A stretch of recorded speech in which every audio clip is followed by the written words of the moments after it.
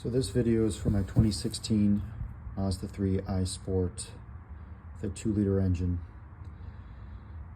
I was suggested by my oil changing crew, to replace the rear shocks. And I thought it was a pretty good time to do it. I'm about 60,000 miles before everything gets completely rusted over. So the first step would be to take out the nuts, which are right up top here. If I could get a better look at it. There you go. They are 14 millimeter nuts that you take off those two bolts right there. Put some WD-40 on it. They should come off fairly easily.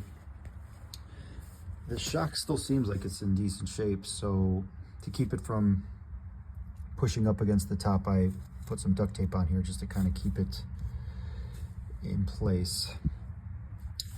The next step was this nut right here.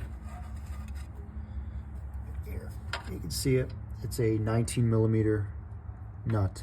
I was able to get it off after putting a lot of WD-40 on it and just using a regular wrench. But that was very tightly put on there. Online it said about 70 pounds is the torque once you put it back on. After you do that, there's a washer that I was able to get off with a pry bar. Just putting a pry bar right up against it and then hammering away to get that washer off. So I was able to do all this without lowering the spring and messing with the sway bar or any of that. But as you can see, there's not much room here.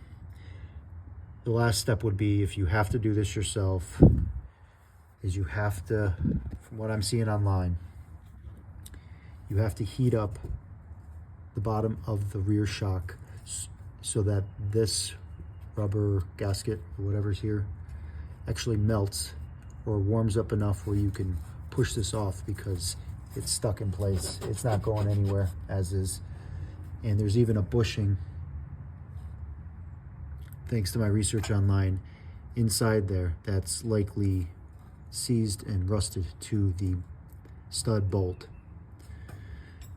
And so once you warm it up and get the bottom shock off, it's still going to have this rubber piece and the bushing, which you could then use vice grips to pull off this entire stud. I'd then recommend buying an original bolt stud that goes back in here, and heck, even buy a new 19 millimeter nut if you have to, but it's mostly this bolt that you will almost definitely have to replace. I'm going to try to make a second video, but this shock's still in pretty good shape, and I'm going to take a look at the other side and hopefully post a video within the next month. All right, thanks. Any questions, leave them in the comments. Appreciate it.